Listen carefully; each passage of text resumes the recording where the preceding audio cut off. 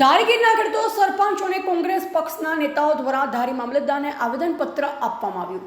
Eco sensitive ઝોનને લઈ રાજકીય માંધાતાઓ દ્વારા વિરોધના સૂર ઉઠ્યા છે, ત્યારે ગીર સોમનાથ, જૂનાગઢ અને અમરેલી જિલ્લાના 200 ઉપરાંતના ગામડાઓને ગંભીર અસરને લઈ આજે ધારીગીરના ખેડૂતો, સરપંચો અને કોંગ્રેસ પક્ષના નેતાઓ દ્વારા ધારી મામલતદારને આવેદનપત્ર પાઠવ્યું। આવેદનપત્ર પાઠવવા અગાઉ પૂર્વ નેતા વિપક્ષ પરેશ ધાનાણીએ પણ ખેડૂત સરપંચોની મુલાકાત લીધી અને ગ્રામીણ ગામડા અને ખેડૂતોને બચાવવા માટે કોંગ્રેસ પક્ષ ધારી તાલુકાને બચાવવા આગળ આવી, જે રાજકીય નહીં પણ બિન રાજકીય આંદોલન શરૂ થાય તેવી શીખ પરેશ ધાનાણીએ આપેલ હતી અને કોંગ્રેસ સાથે ખેડૂતો મૌન રેલી સ્વરૂપે મામલતદારને આવેદનપત્ર પાઠવી કાળો કાયદો રદ કરવાની માંગણીઓ કરવામાં આવી હતી।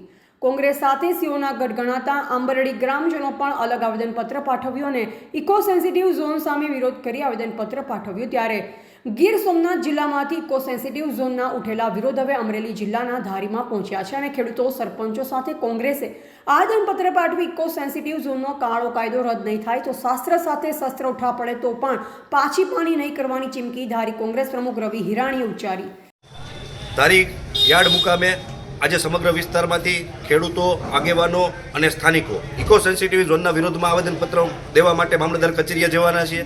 ઇકો સેન્સિટિવ જો એવો કાળો કાયદો છે કે એ કાયદો લાગુ પડતા આજુબાજુમાં ખેતીમાં મુશ્કેલી પડવાની છે, રહેણાંકોમાં મુશ્કેલી પડવાની છે અને મુખ્યત્વે જંગલ ખાતાની એવી દાદાગીરી થઈ છે કે 36,000 હેક્ટર જમીન જે રેવન્યુ વિભાગની છે એની અંદર આ કાયદો એને લાદવામાં આવ્યો છે, જ્યાં ઓલરેડી અત્યારે પહેલેથી જ ખેતી થાય છે, પહેલેથી લોકો રહે છે, એની અંદર જો કાયદો લાદવામાં આવશે તો બાંધકામને લઈ દાર, કૂવા, પછી થ્રેસર છે, ઓપનેર છે, આવી બધી મશીનરી વાપરવામાં પણ મુશ્કેલી થવાની છે। કોઈને મકાન બનાવવું હોય તો ઉપર હાઇટ લેવી હોય તો પણ મુશ્કેલી થવાની છે। એટલે આ જે પ્રશ્ન છે એ મજૂરોનો છે, ખેડૂતોનો છે, રહેવાસીનો, તમામનો પ્રશ્ન છે। આ કોઈ પાર્ટીનો પ્રશ્ન નથી અને જે પાર્ટીના કોઈ પણ માણસો અમને સમર્થન કરવા માંગે બધાને બિન રાજકીય રીતે અમે આ આંદોલન કરવાના છીએ અને ખેડૂતોના હક માટે લડવાના છે। જી, આપના મુખ્યત્વે મુદ્દાઓ ક્યાં છે? મુખ્યત્વે મુદ્દાઓ એવા છે કે વન વિભાગની જે સીમાઓ છે અહીંયાથી તો ઘણા કિલોમીટર દૂર છે, તો પછી રહેણાંક વિસ્તારમાં જે વર્ષોથી વસવાટ થઈ રહ્યો છે, વર્ષોથી ખેતી થઈ રહી છે, નાના મોટા ઉદ્યોગો છે, ત્યાં આ કાયદા લાવવાની જરૂર શું? એની કોઈ જરૂર નથી। આ તો ફક્ત ને ફક્ત કંઈક ને કંઈક રીતે રાજકીય રીતે આ વિકાસ અટકાવવાની વાત છે, બાકી વન્ય પ્રાણીઓનો જે અવર જવર નથી, કાંઈ આવરો જાવરો નથી, ત્યાં આ કાયદાની કાંઈ જરૂર નથી। ત્યાં સુધી આ કાયદો 2008માં લાગુ કરવામાં આવેલો।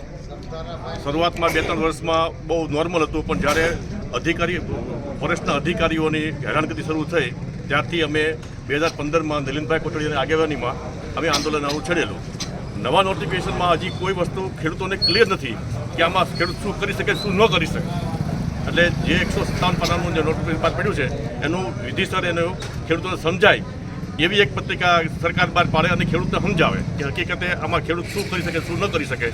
આને માટે અમારે જે કરવું પડે આ બિન રાજકીય આંદોલન થવાનું છે।